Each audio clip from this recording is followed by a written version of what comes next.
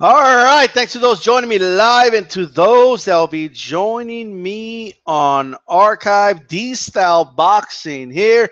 Thumbs up the video. Support the channel. The chat is open. And if you're watching archive, leave a comment and tell me what you think. All right. So this happens to be a topic I've talked about a lot over the years. And just not that long ago, I talked about adding a division. Not quite this, but I talked about it. So let's talk about it. All right. So I just saw early, well, not just this morning. I saw a video by 78 regarding the super heavyweight division that the WBC is thinking about adding. Okay. Now let me make this very clear. Um, do I agree with the points that they're money hungry and they just want to add more divisions for more sanctioning fees, this, that, and the third? Yes, that's absolutely true. All right. So I agree with that point. But here's my thing, all right? And we're going to go over division per division right now. We're going to go over this. Now, I'll do a more extensive video about this in a better presentation another day, maybe this weekend. It'll have to be outside of a hangout. But nonetheless, let's just kind of go through it now as best I can. I personally, okay, I want to see the heavyweight I'm sorry, an additional division, but not at super heavyweight, though. I think that is a mistake, and we're going to see right now why that's a mistake. It makes absolutely no sense, right? Now, it's twofold, right? Twofold. One, overall, I believe the weight classes have to get reformed, okay? Now, that's not a very popular position. I get that because a lot of boxing fans are very traditionalist, okay? They don't want to see weight classes move from where they are because of all the historical context. And I'm sure we could find some common ground there, but a lot of these lower weight classes, and I'll show you in a minute, they're not necessary. A lot of them are not necessary. Okay, there's oversaturation in the lower weight classes, and you're going to see why right now, right? It's just not needed that much, okay? It's understood that the lower you go, okay, the less that the weight classes are separated by, because 1 pound matters more to a bantamweight than to a heavyweight. That's completely understood. But even with that understanding, there's way too many weight classes. On top of that, most of the deaths in boxing come from the lower weight classes. A lot of it has to do with the dehydration, okay? And yes, another reason for deaths in boxing is our mismatches. It doesn't mean we can't address both issues. All right, we can chew gum and we can walk at the same time. Okay, let's be adults here. Now, because I know somebody's gonna come out. That's not true. Mismatches are the main reason, and bad officiating. But let's not act like dehydration, lower weight classes is not a contributing factor to deaths in boxing and serious injuries in boxing. Okay.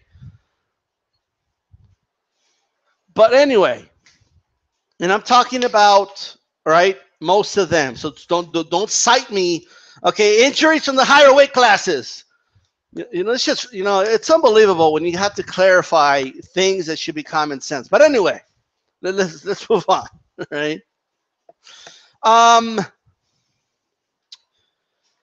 DStyleBoxing has proposed already. I've proposed, right? And since they're already thinking about it, then hey, I have proposed, number one, all the weight classes in boxing to be completely reformed because they're completely outdated. All right? They're outdated. How do we know they're outdated? Okay, because the original 8 weight classes were done decades ago, right? And then we filled up a bunch of in-between weight classes between the original 8, and then some more in-between weight classes, right? We went overboard, especially in the lower weight class because they had less pounds to begin with. But then we left this big gaping hole between 175 and now 200. When overall, the human being at average has gotten bigger, okay? And you're going to see why in a moment, okay? This is actually supported with evidence. This is not some mumbo jumbo, all right? So I'm going to do this really quick. Let me get it ready. Bear with me.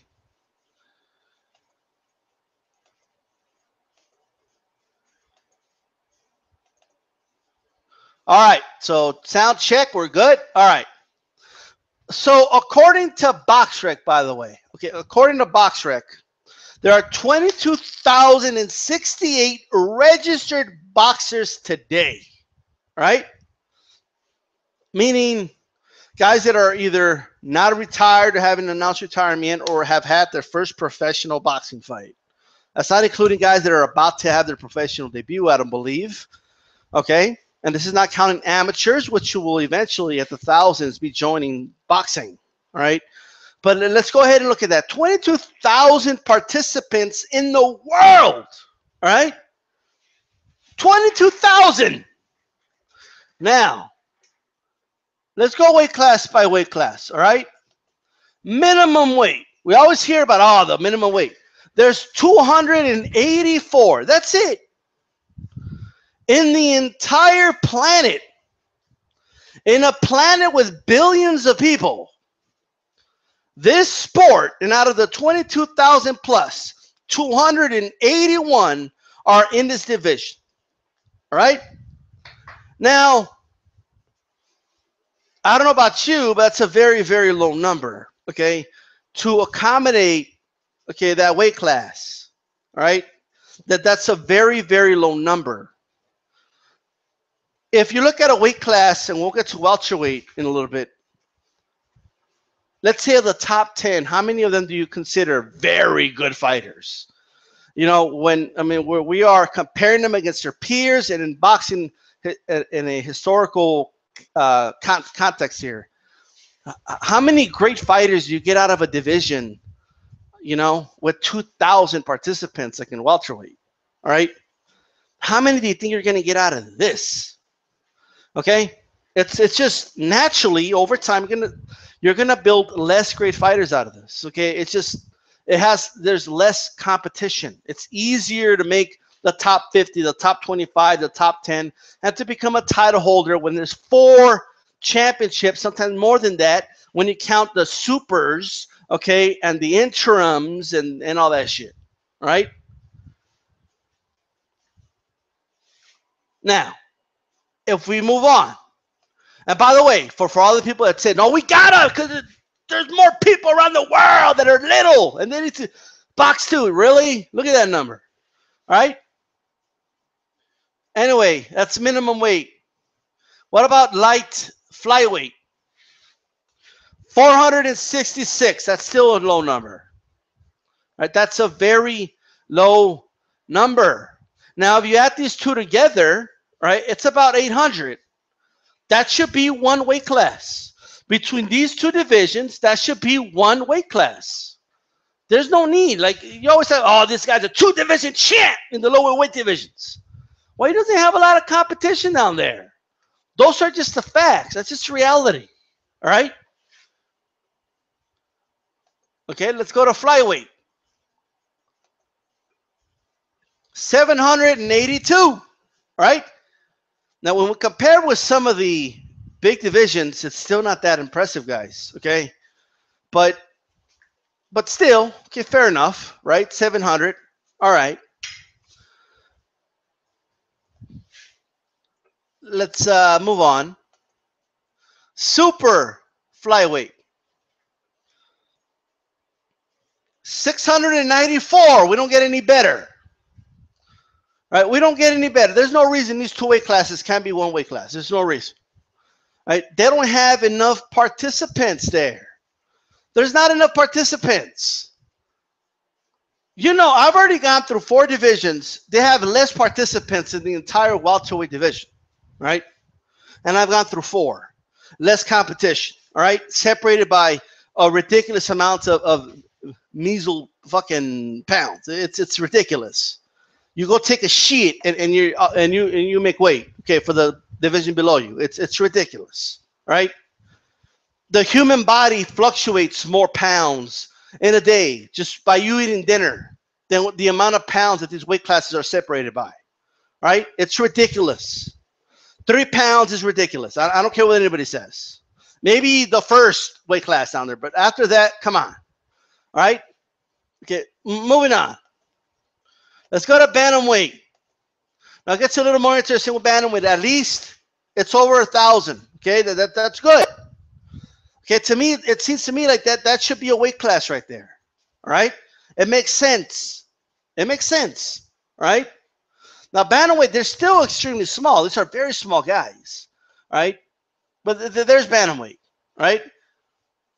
Now, sometimes when these guys move up from these lower weight classes right here, right, and they go to bantamweight, like people just assume like they lost just because they're a lot smaller.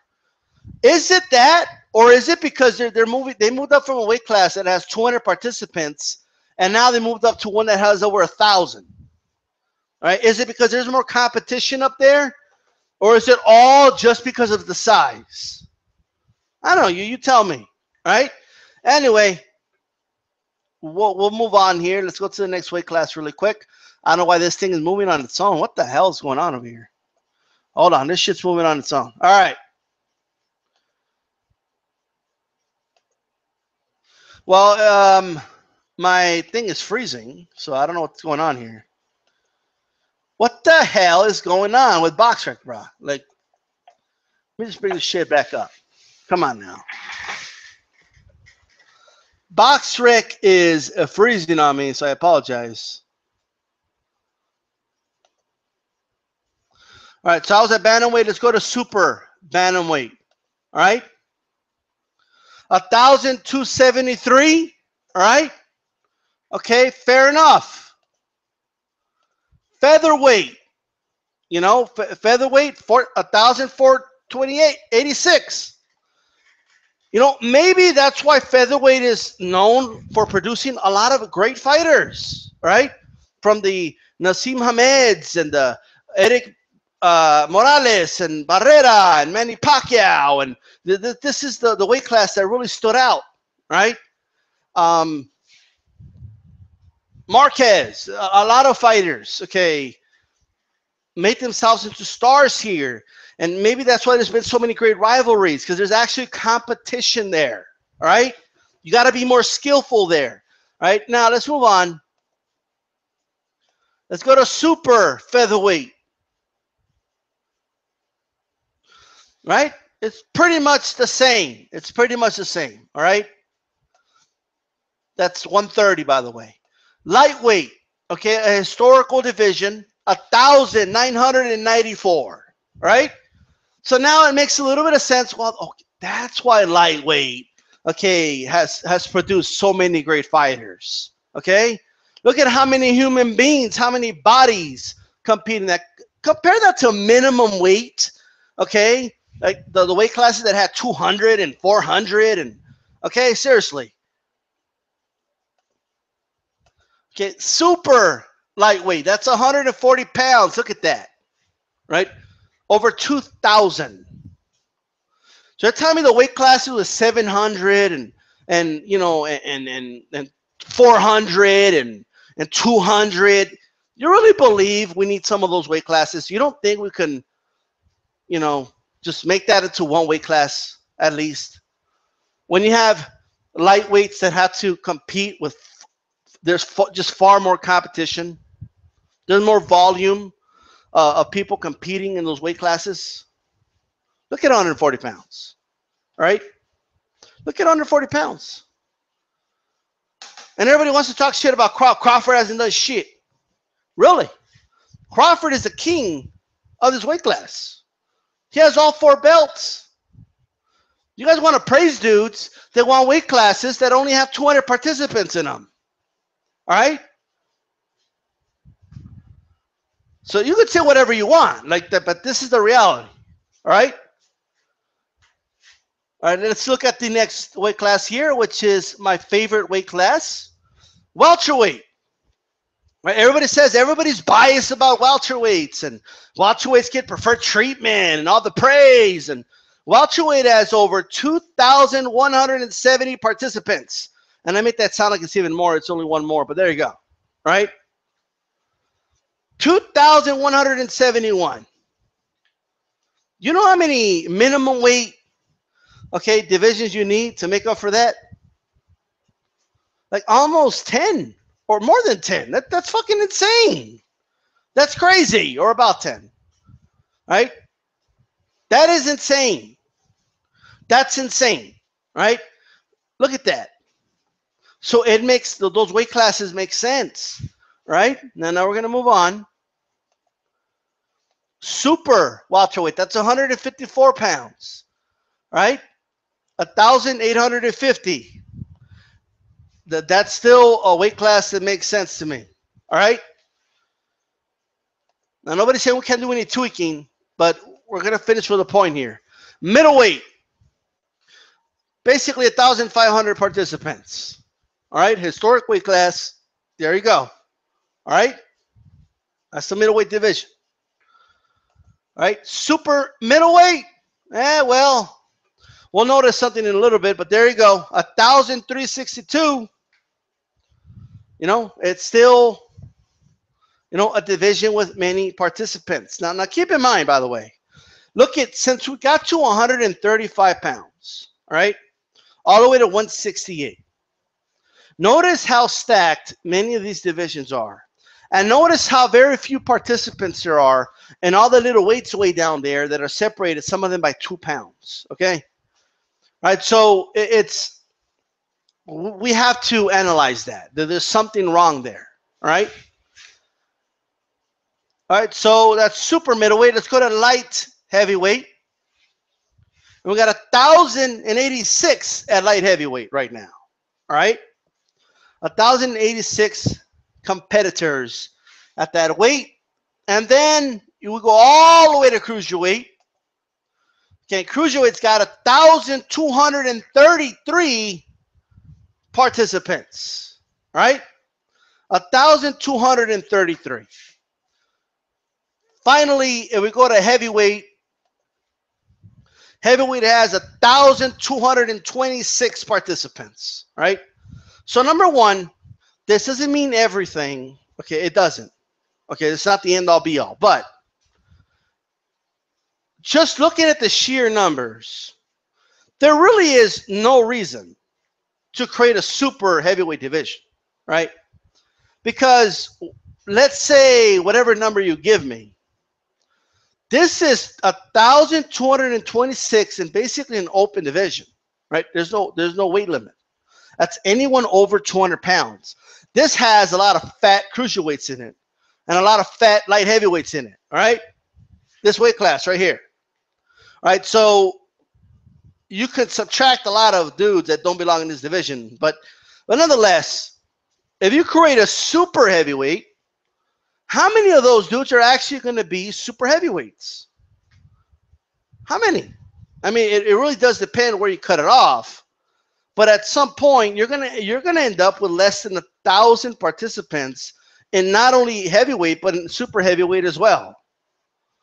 It's an unnecessary cut. It's not necessary. If there was like 4,000 or 2,000 participants plus or something, then okay. But it doesn't make sense. Anything above 200 has 1,226. Welterweight, which is anything above 140 and no more than 147, 7 pounds, has over 2,000 participants, right? Okay, junior welterweight, same, and that's only a 5 pound, marker right there. We don't need a super heavyweight division, right? Because number one, as I already mentioned, many of these heavyweights are already, honestly, out of shape cruiserweights, and some of them even out of shape light heavyweights, right? That's just the truth. As it is, like they don't even belong north of 200 as it is. Okay, I don't know what the percentage is, but let's say it's 20%. It's not looking very good if you create a super heavyweight division, all right? What boxing needs, okay, if you're to add any division anywhere, first of all, you have to reform, okay, all the weight class altogether, right? You're never going to get it to where everyone has the equal amount of participants, okay? The weight classes of lightweight, welterweight are always going to have, at least for the next 100 years or so, okay, or 60, 70 years, whatever, those weight classes are going to have the bulk of the participants. All right, it's just the truth. Because if you get most human beings, if you get them in shape, that's a pretty ideal weight. All right, like dudes that like in real shape, and we're talking about their rehydration weight. Right, so basically a welterweight today. Okay, like in all reality, a lightweight today is really a welterweight of the past because they rehydrate and weight, right? And a welterweight today, in all reality, is a middleweight of the past, right? Like that's just the truth. Middleweights of today are really light heavyweights, okay? But if we go by the same day era, okay, same day weight era, right? And that goes for just about every fighter. You have your rarities here and there, guys that literally fight at their weight, don't rehydrate as much, but those guys are rare, right? Most fighters rehydrate and rehydrate a lot. We need, okay, a weight class at 185, right? That doesn't have to be, it could be 186, it could be 184, whatever it is, but we have to fix a lot of shit, okay? Number one, we have to fix the following, right? Like when you go from 140 to 147, that's 7 pounds, okay? And then you go from 147 to 154, that's another 7 pounds, okay? Why the hell are we moving from 154 to 160? That's 6 pounds. Why are we moving up less pounds when we're moving upward? That makes no sense whatsoever. None. And then we move up 8 pounds from 160 to 168. And then from 168, you go to 175. That's 7 pounds. Again, we move up less. And then you have a big jump from 175 to 185, right? I'm sorry. What am I talking about? From 175 to 200. That's a crazy jump. That is a crazy jump. That is insane. And there is maybe, let's say, a small percentage of cruiserweights, okay? Like here's what happens, all right? Here's what happens. When it comes to like 168, right? 175 and 200, okay? These three weight classes. Guys go from 168 to 175, right? If they start their career early at 168, and that guy is more likely going to jump up to 175, and eventually it's going to outgrow 175. Okay, that's eventually going to happen. What happens is it becomes too much of a big jump, right? It becomes too much of a big jump. They got to go from 175 to 200, right? So now you're facing dudes that, you know, you can't make 175 anymore. Right, but you're fighting dudes that are cutting weight to make 200. All right, so that's insane. You need a weight class of 185. Okay, that's just my opinion. And if you look at another sport, and this is another way you know our weight classes are completely outdated. Okay, could you just imagine, for those that watch UFC and MMA, just imagine this. Okay, imagine the 185-pound division not existing in the UFC. Just imagine that. Like imagine, I mean, you have to go from 170, let's say it was 175, right? Where George St. Pierre and Tyron Woodley, where those guys fight right now. And your only other option was to go to 205 in the UFC. Let's say it was 200, same difference, right? And you got to go up and you got to fight a John Jones and a, you know, freaking dudes that cut weight to make that weight class. Okay, like the Cormier and, you know, Liddell back in the day. Imagine George St. Pierre having to move up to fight Liddell. Okay, that's insane. Okay, that's crazy. That it just is. That is insane, right? We have this deserted island.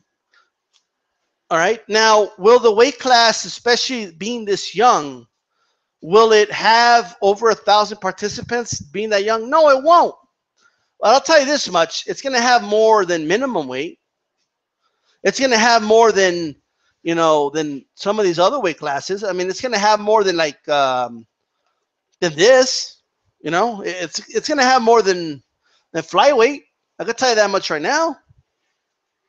It's going to have more than that, or at least somewhere around that amount, right? But you have a bunch of light heavyweights who can't make their weight class no more. They're weight training themselves, or they start losing. They don't have anywhere to go. They get fat, like Tony Bellew, and they end up going to cruiserweight, and then because they're fat and shit, and they don't want to cut weight no more, so they start fighting at heavyweight. Okay, it's you know, it's what's happening. All right. So here you go, like this right here. All right, 185. Call it whatever you want is the answer. I'm telling you right now, right? Super heavyweight is not the answer. That's not going to solve anything, right? Whatsoever. It's not going to solve anything. In fact, it doesn't solve anything for, let's say, the guy at 175. It solves nothing. Like, oh man, I can't make 175 no more. Man, the best I could cut is down to 176. Well, I guess you got to move up to 200. You're fighting guys that cut weight to make 200. Like, you know, it's and then what? You know, well, what does that do? Like, well, you can move up to heavyweight. Let's say the cutoff weight for there is 230. We're going to fight dudes that are cutting weight to make 230. I mean, that's insane, right? And how many guys, if we're honest, okay, are out there that are these big giants, right? How many of them are there? How many Joshuas and Wilders are there out there? All right, how many? There's not that many.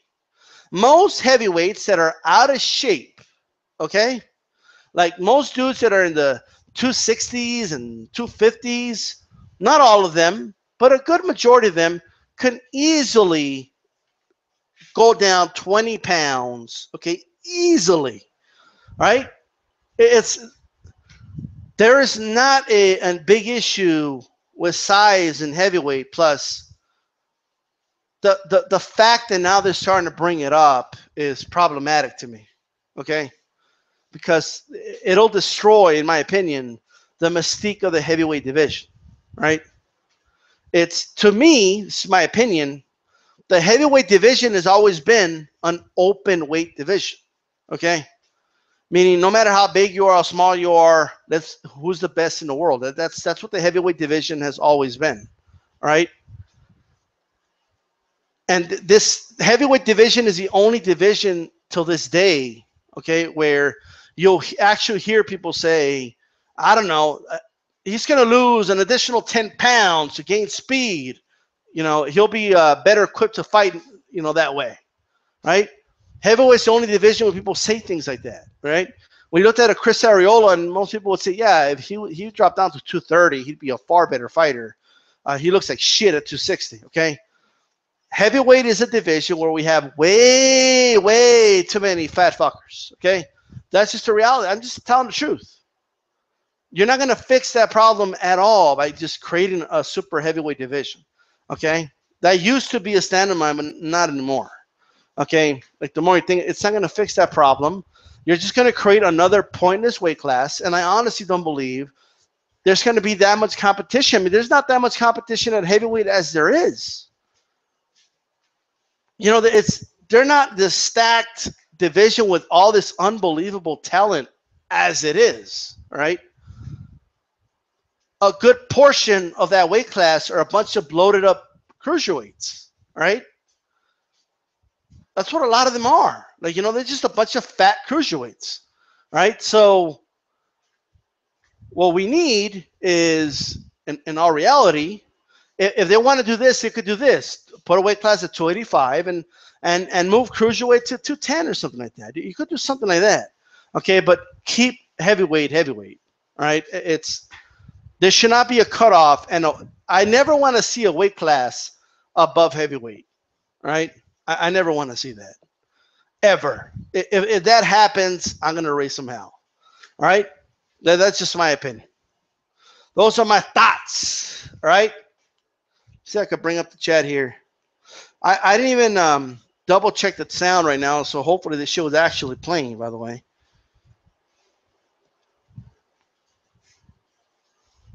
I have no idea if my sound came through. We're about to find out.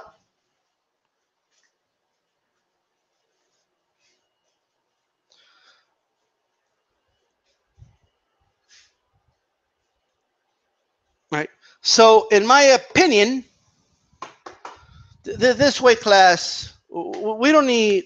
Um, like, think about this, man. Let's say Wilder and Joshua are the champions of super heavyweight, right? So, like, you're gonna have a bunch of dudes gain a bunch of weight to get in that weight class. I mean, you're not gonna. This ain't gonna work out, man. It just isn't gonna work out. This is a terrible idea. Okay, creating the super heavyweight division is a terrible idea. All right, it's just terrible. Well, we don't need a super heavyweight division, right? If they're going to add any division, it belongs between 175 and 200, and that's it. And we have to cut off some of these, little weights way down there. We got to cut off a lot of the weight class. We don't need weight classes with just 200 participants in them, right? We just don't need it. Not in a sport with 22,000 people. We don't need to accommodate 200, okay, for one weight class. We just don't need to do that, right? With 400 and 600, and we don't need weight classes that small. All right, that's my opinion. I'm sticking to it. This is DStyleBoxing, and I'm out.